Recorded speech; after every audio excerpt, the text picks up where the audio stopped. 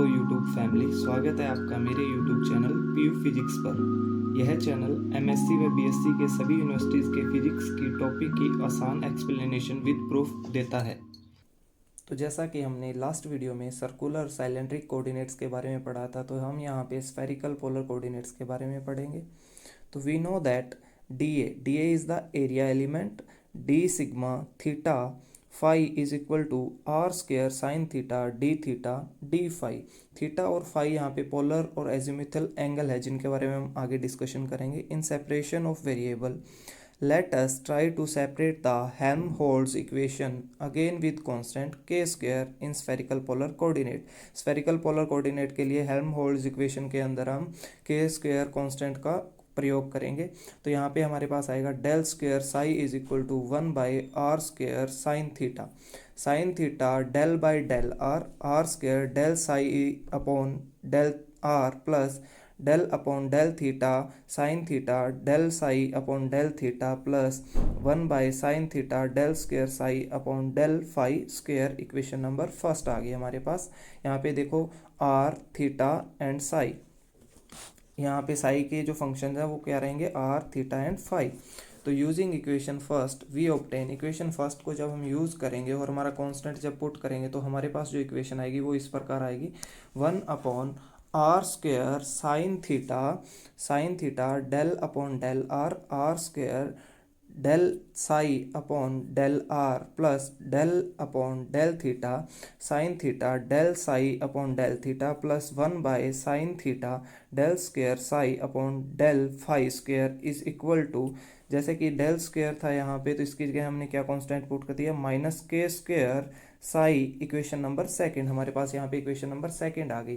तो अब इसके जो कोऑर्डिनेट्स है यहाँ पे साई के, वो क्या क्या हैं, आर थीटा एंड फाई।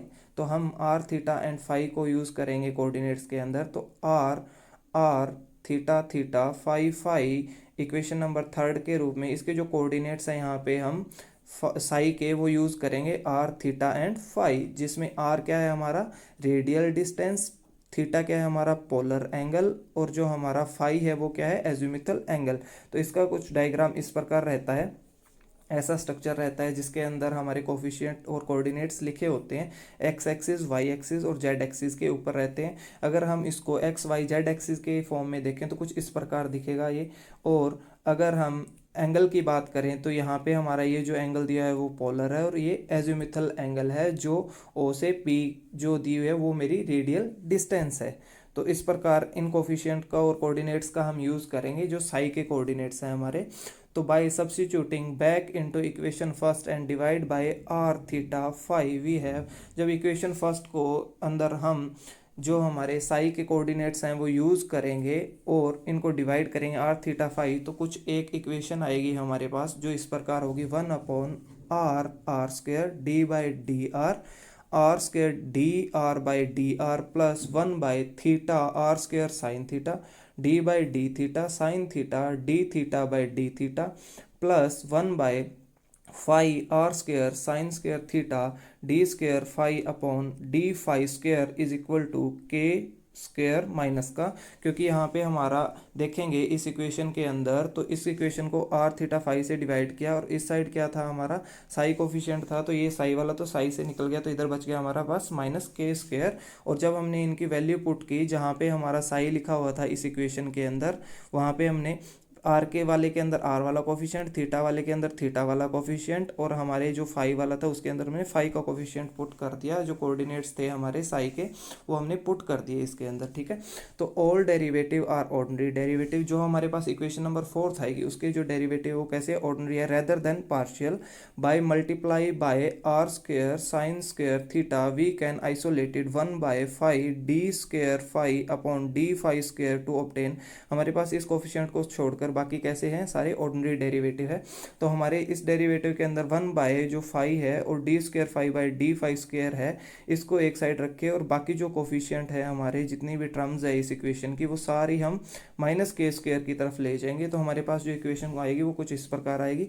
और जो यहाँ पे हमारे पास R square sine square theta आएगा वो यहाँ से जो फाई के साथ है ये वाला भी इधर चला जाएगा। तो हमारे पास इक्वेशन जो न्यू इक्वेशन आएगी फिफ्थ वो इस प्रकार आएगी, 1/फाई D square phi upon D phi square is equal to क्या आएगा, R square sine square theta minus K square minus 1/r² R D by D R square D R by D R minus 1/r² sine theta theta D upon D theta sine theta D theta by D theta. कुछ इस प्रकार हमारे पास fifth equation आ जाएगी।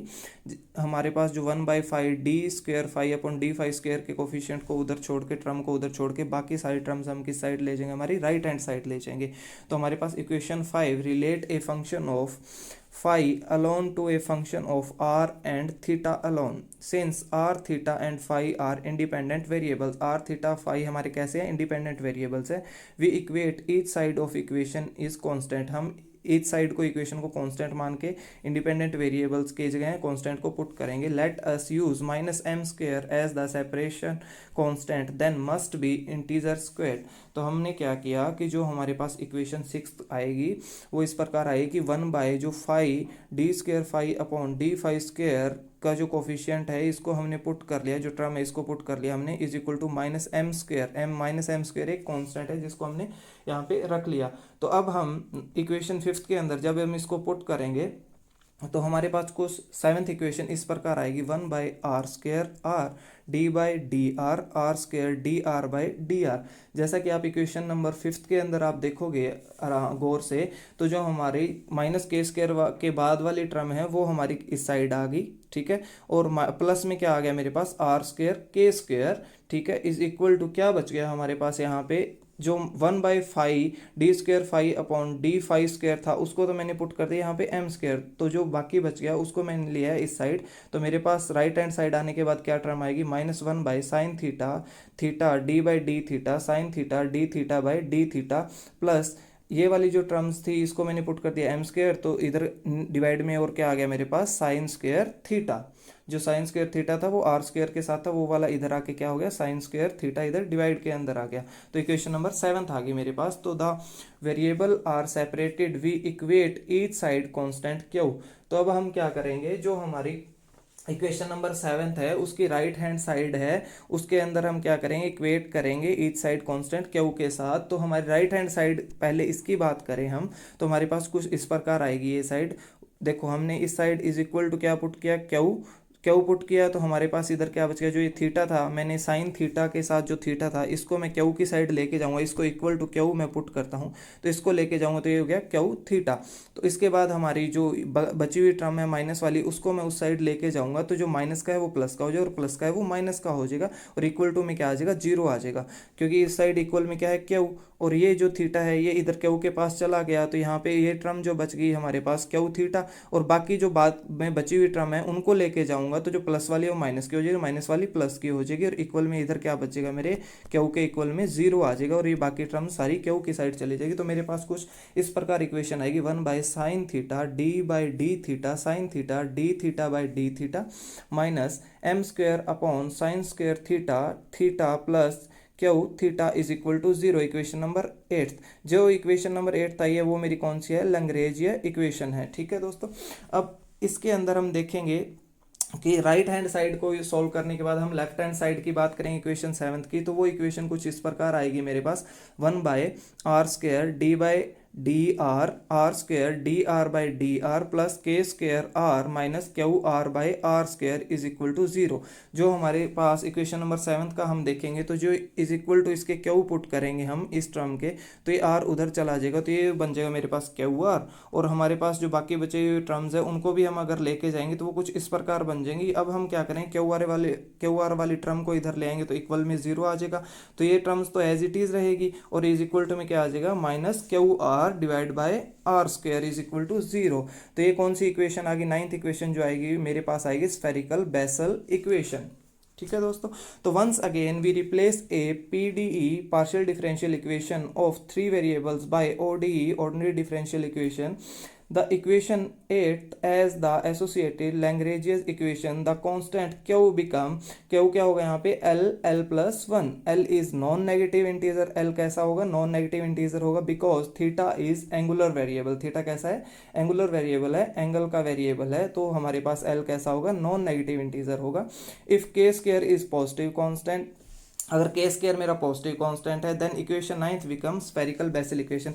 अगर K square मेरा positive constant है तो मेरे पास जो इक्वेशन नंबर नाइन्थ आएगी दोस्तों वो कैसी आएगी, एक तरीके से स्फेरिकल बेसल इक्वेशन, ये वाली इक्वेशन आएगी। अगर मेरा के स्क्वायर कैसा है दोस्तों, नाइन्थ इक्वेशन में अगर के स्क्वायर मेरा पॉजिटिव कांस्टेंट है तो नाइन्थ इक्वेशन कौन सी आएगी मेरे पास, स्फेरिकल बेसल इक्वेशन। अगर इन जनरल सॉल्यूशन की बात करें तो मेरे पास जनरल सॉल्यूशन कुछ इस प्रकार आएगा, psi Q M R theta phi is equal to क्या आ जाएगा, summation Q M A Q M R Q bracket में small R theta Q M theta phi M phi. तो इस प्रकार मेरे पास जनरल सॉल्यूशन आ जाएगा। जैसा कि हमने सर्कुलर सिलेंडरिक कोऑर्डिनेट का लिखा था उसी प्रकार हम जनरल सॉल्यूशन किसका लिख देंगे, स्फेरिकल पोलर कोऑर्डिनेट्स इक्वेशन का। और अगर के स्क्वायर की बात करें तो as general is K square is equal to क्या आ जाएगा, F R plus 1/r square G theta plus 1/r square sine square theta H phi plus K dash का स्क्वायर। अगर इस टॉपिक के अंदर दोस्तों आपको कोई डाउट लगता है तो मुझे कमेंट सेक्शन के अंदर मेंशन कर सकते हैं, और आने वाली वीडियोस के लिए मेरे चैनल को लाइक एंड सब्सक्राइब कर सकते हैं। Thank you.